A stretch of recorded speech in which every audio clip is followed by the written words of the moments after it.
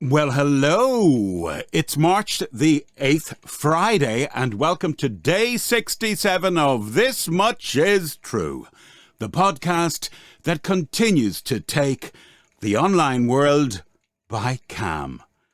And if you listen on today, the waters aren't going to be calm for very long. Let me explain why. Do you ever have a bonding with someone who's a little bit older than you?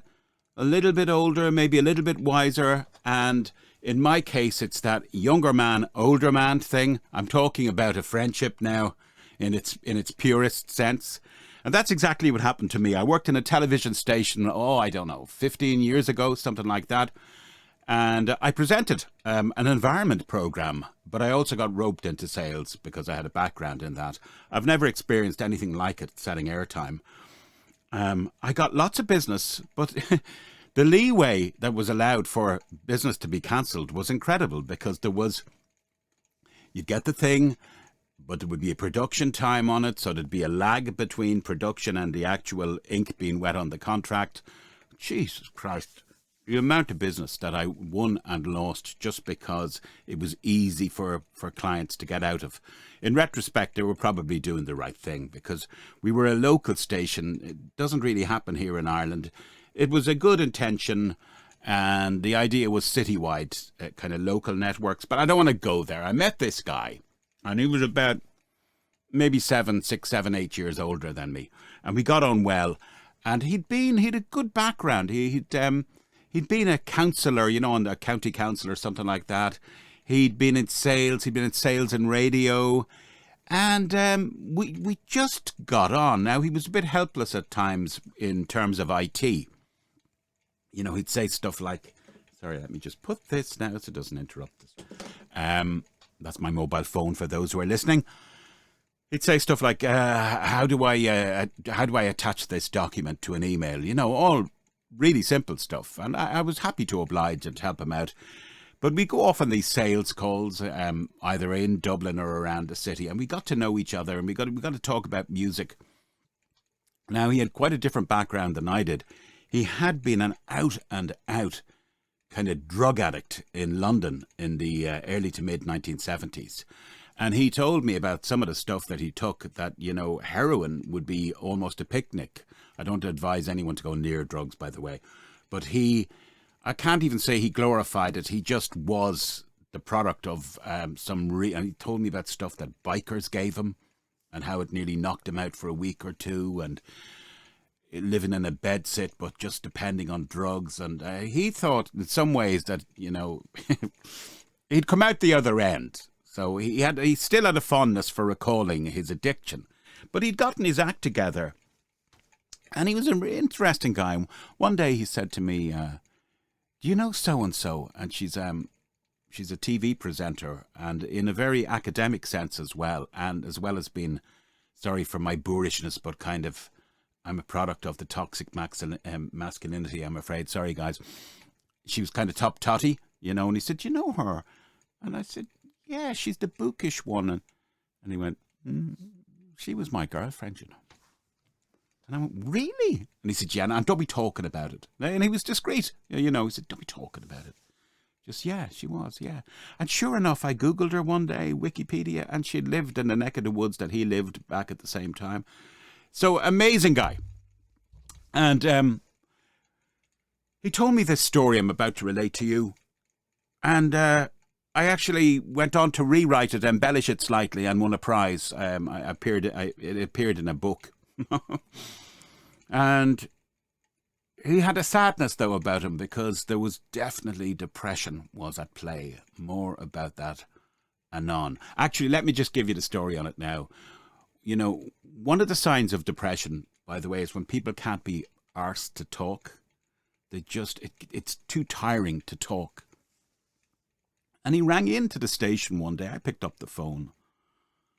And he was, I said, look, stay cool. I'm going to be there.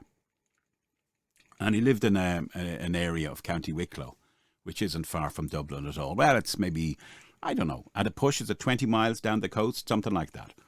20, 25 miles. And I spent the morning with him. I went over, and I can only, even though the area he lived in was a respectable area, his actual dwellings, his house, was a hovel. I mean, no carpet on the ground, dog feces around the place, on the what was left of the couch, which was just like, the couch was more like filthy carpet than it was anything resembling material. And as I said, there was dog dirt around the place, and the filth of it, cups and dishes, and Jesus, I thought to myself, how can a guy live like this? And even worse was to come, because I saw some CDs and cassettes around the place, and I realised he had a teenage daughter at the time. She must have been only about 14 or 15. And I thought, Christ, he's bringing up a child in this, But I still remember we spent the morning there. We went down to the beach, and we talked about stuff, and the waves were coming in. And he said, you see these waves? Let me tell you a story about them. So he said he'd grown up in that area around Bray in County Wicklow. And he said, when I was a teenager, my mates and I were big into music, particularly traditional music, but we could play any kind of instruments. And we were really shit hot. And he said, but we were a wild bunch. We were mad. And he said, Bob Geldof out of the Boomtown Rats now, for those of you in America, they were a big enough band in the 70s here. And Bob became, if you look at The Greatest Night in Pop on Netflix, you'll see Bob Geldof there. He's the guy behind Live Aid, and I suppose also behind America for Africa, or whatever it was at the time. But Bob had a band, and when they were starting out, he said, that guy came to our door one day, and he knocked on the door, and he said, can I play at your party? Fuck off, he said. Fuck off, whatever your name is. Our band is like 3 times as good as your band. We can play everything. Anyway, so where does the maritime aspect and the sea come into the equation? Well, he said, one day we were out and about, me and the gang, and he said, we got a bit drunk, and we decided that we'd go to the city to play. You get a few bob, as they call it, or, we get a bit of money if we played in some bars. We just offer our services to play for free. And he said, unlike everybody else who would get a bus or a taxi up to Dublin, he said, we decided that we'd get this old rowboat, which was falling apart, but we were going to get into it, and we were going to go up the coast to Dublin. And that's exactly what they did. He said, we started out, it was kind of blustery, it was getting dark, we were mad, we were out of our faces a bit. But we rode this fucking thing up the coast, right through the evening gloom.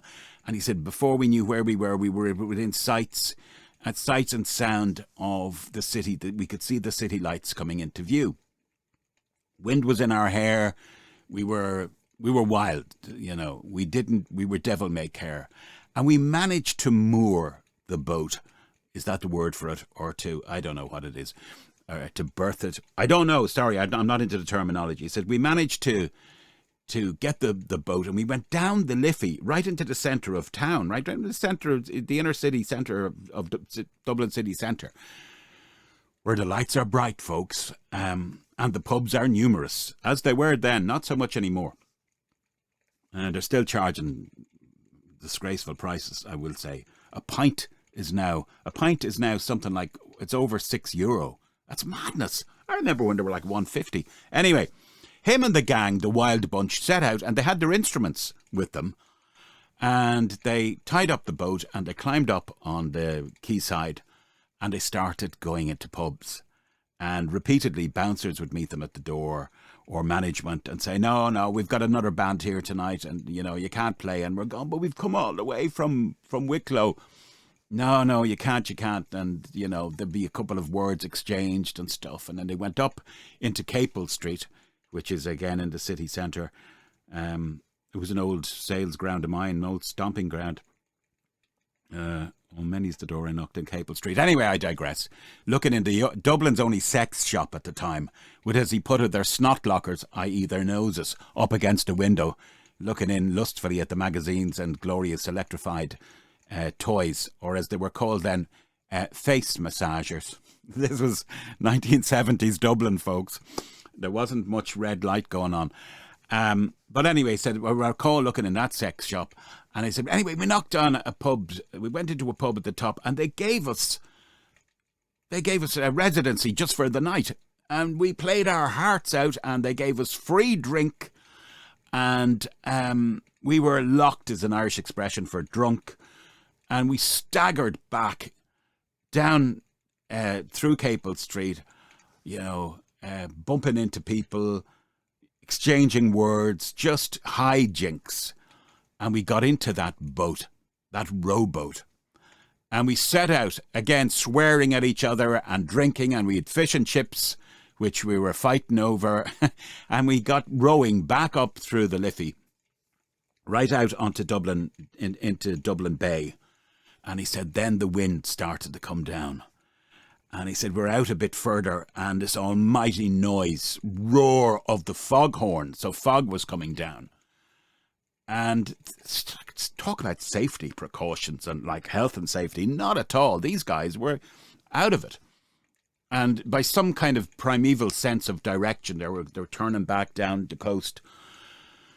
And he said, next minute, looming, we could see what was the mail boat.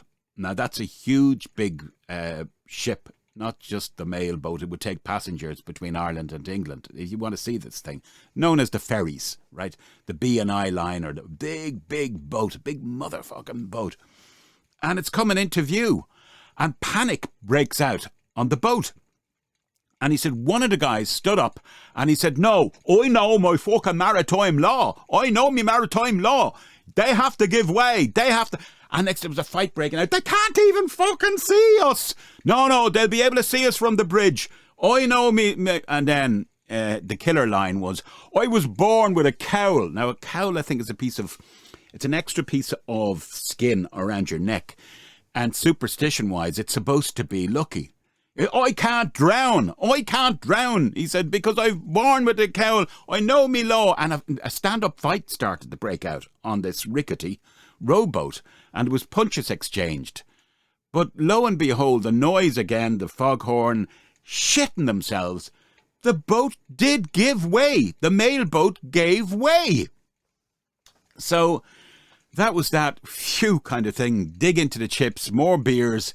Again, these reprobates rowing in the middle of what was turning into a gale and fog down the coast, blind to the dangers.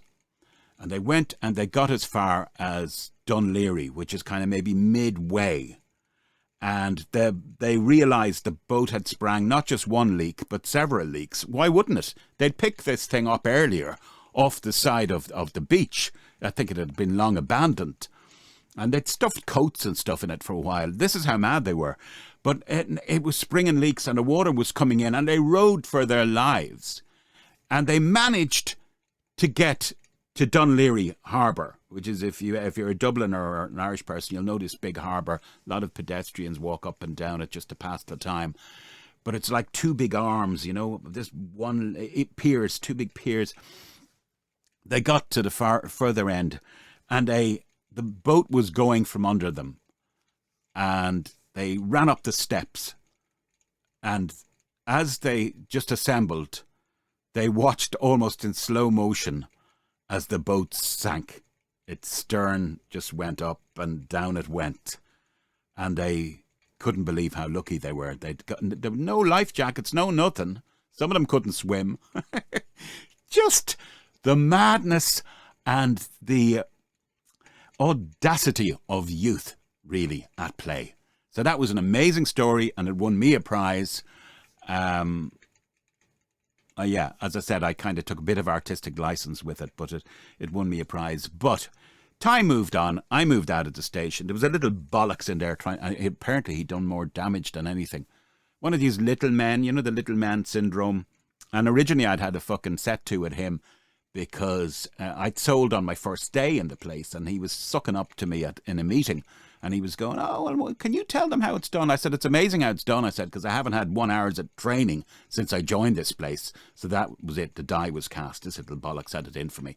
So eventually I went on some kind of commission-only scheme. Now, they have long ceased trading. It didn't take Einstein to work out it was a shit business model. But to be fair, it coincided with the bust that happened around 2009, thereabouts. I think they might have eked on until 2011, but they were busted flush. So anyway, I eventually said, fuck this for a game of soldiers. Excuse my vernacular, it's Friday night. That's my excuse. And I God knows what I've started doing. I think I worked in IT again for a while. I don't know. I wasn't in a great way myself. But anyway, I'd ring and I'd say, hello. I'd ring his number. By the way, I keep saying ring. That's such an old expression. I would phone him on his mobile. And I'd say, hey, are you there? And I get no response. And I'm going, that's not like himself, you know. And I went, hey there, I'm just Marco calling. Are you dead? Anyway, a couple hours later, I got a phone call back. And it's his number. And I go, hey, how's it going? He goes, sorry, can I just interrupt you? I've listened to your message. It was a guy who subsequently did voice work for. Funny old world. He told me the story as to how the place was shit. It was gone to hell. But he said, look, I'm afraid your friend is dead. I said, what? He said, yeah, he died in that house in Bray. I said, what happened? He said he was found dead at the bottom of the stairs. They don't know if he had a brain injury at the top of the stairs, which led him to fall down it, or he fell down the stairs and subsequently suffered a brain injury. Now, he probably was inebriated. I shouldn't speak ill of the dead, but he probably was. In his 50s. 56, 58, maybe at a push. So that was the end of him. But I look back in friendship and think of the lovely times we had driving the roads of Ireland together. I would take the piss out of certain management, which he found hilarious. There was a bonding there. It wasn't the only bonding of me and an older man. I'll have to talk about Joe Nolan someday, I look up at his picture here, who was my mentor. He is worth a story in himself. But this chap was a gentleman, first and foremost. He had his difficulties, but he left me with, I think you will agree, one hell of a swashbuckling story. Do you not agree? I hope you do. Remember, please contact me, like and subscribe. Hello to Jerry, to Nigel. Oh, Nigel, you're so good to me. You're too good to me. But mind, watch out for the sheep. To Ray, who has his own great podcast called Ray's Rants. Check it out. It's fantastic. To Tara, my own sister and great author. Check her out, Tara Moore. She published author. With what was it, Orion at one point? Yeah, it's weird what runs in the family. We've got a life coach, and she's a bloody good one.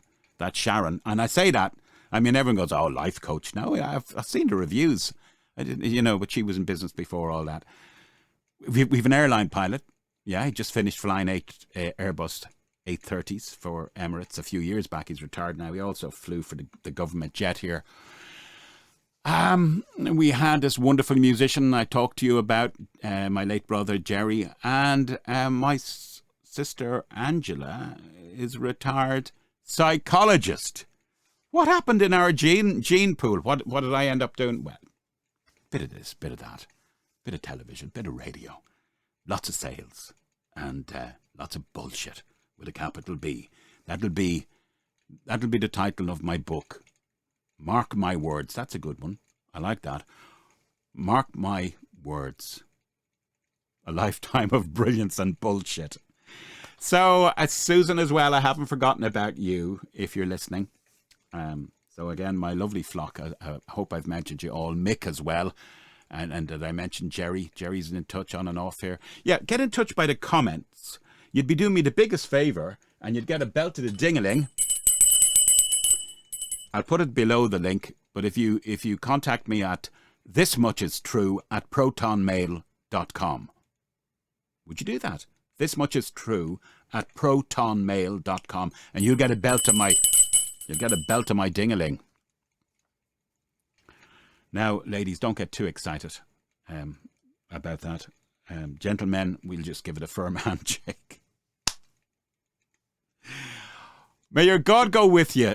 Take care, because I care, and I love you all very much. Sorry if I was a bit down on myself yesterday. That's me, though. I'm like a fucking parabola. Up and down, up and down. Have a great weekend. Talk to you soon.